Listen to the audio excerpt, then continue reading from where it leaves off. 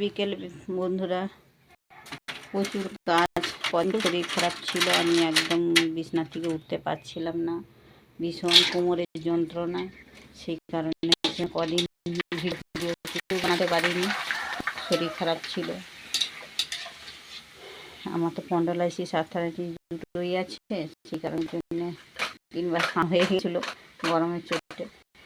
সেই কারণের জন্য পুরো একদম কাজ বন্ধ ছিল, কোনো কাজও করতে পারিনি, কিছু না, ভীষণ কষ্ট হচ্ছিল। 3 দিনই পুরো একদম বিছানায় শুয়েছিলাম। আজ থেকে আবার কাজে চালু করেছি। হ্যাঁ, এখনও এই চলছে, এই সবে পাঁপড় ভাজা শুরু হয়েছে। পাঁপড় ভাজা, এই যে পাঁপড় চলছে এখনও পর্যন্ত। এই যে কড়াতে দেখো, এই যে তেল বসিয়েছি, চলছে। তারপরে ময়দা মাখা আছে, নিমকি হবে, তারপরে চাল ভাজা হবে, বিভিন্ন টাইপের জিনিস হবে। তার উপরে বুঝতেই তো পারছো গরমটা প্রবল পড়েছে, গরমে আর সামলে উঠতে পারছি না, ভীষণ কষ্ট হচ্ছে। কিন্তু কী করবো বলো, কষ্ট তো করতেই হবে, পাশে তো 2 টাকা দেওয়ার মতন কেউ নেই। নিজেই যেটুকুন খরচা রোজগার করবো সেইটুকুনি খরচা করতে পারবো, তাছাড়া আর কিছু না।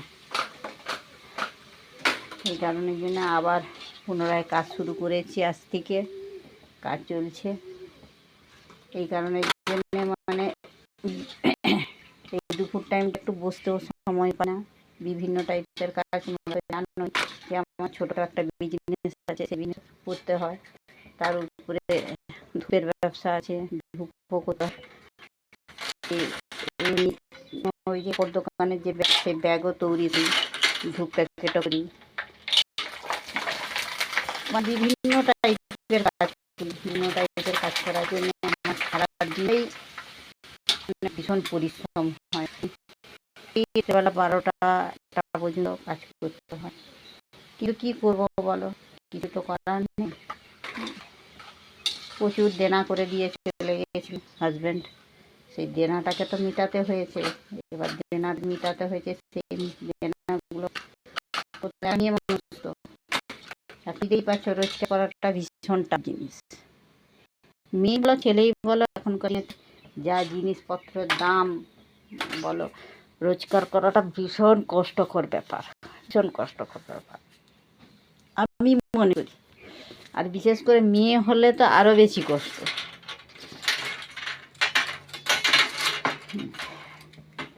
আর এখন থেকে ছেলে বলো মেয়ে বলো, তাদের উপরে তো চাপ দেওয়াটা ঠিক জিনিস নয়। নিজে যতক্ষণ পারবো ততক্ষণ করব, তারপরে চিন্তা ভাবনা এরপরে বিছনায় পড়ে গেলে তারা করবে, না করবে আর কি বলবো। এখনকার ছেলে মেয়ের প্রতি তো আর দাবি করা যায় না। এখনকার ছেলে মেয়েদের দাবি স্ত্রী করতে পারে, মা বাবা কখন দিতে পারে না ছেলে মেয়েদের কাছে যে আমাকে দেখতে হবে। যদি দেখে মানে চায়না কোম্পানি, যদি টিকলো ভালো, না টিকলো গেল, সেরকম ব্যাপার আর কি। আর একটা ছেলে মেয়েরাই বলতে পারো যে ছেলে মেয়েরা এখন মানে বাবা হচ্ছে ইউজ এন্ড থ্রো। সেই কারণের জন্য আর এখন আমি কারোর উপরেই আশা করি না।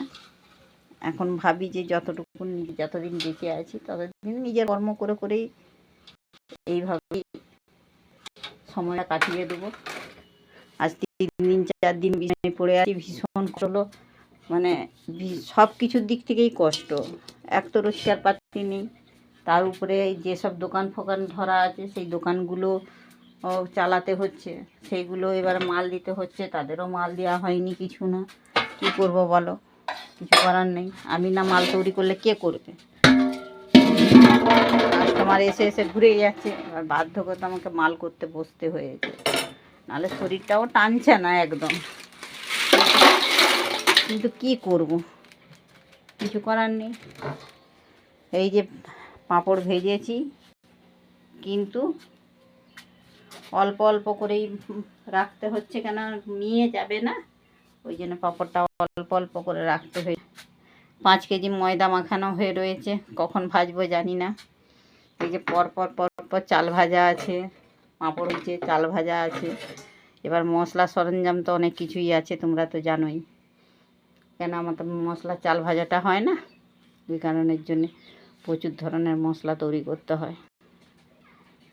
যাই হোক, তোমাদের সঙ্গে এইটুকুন কথা বলে শেয়ার করতে পেরে মানে খুব ভালো লাগছে। ঠিক আছে, টাটা।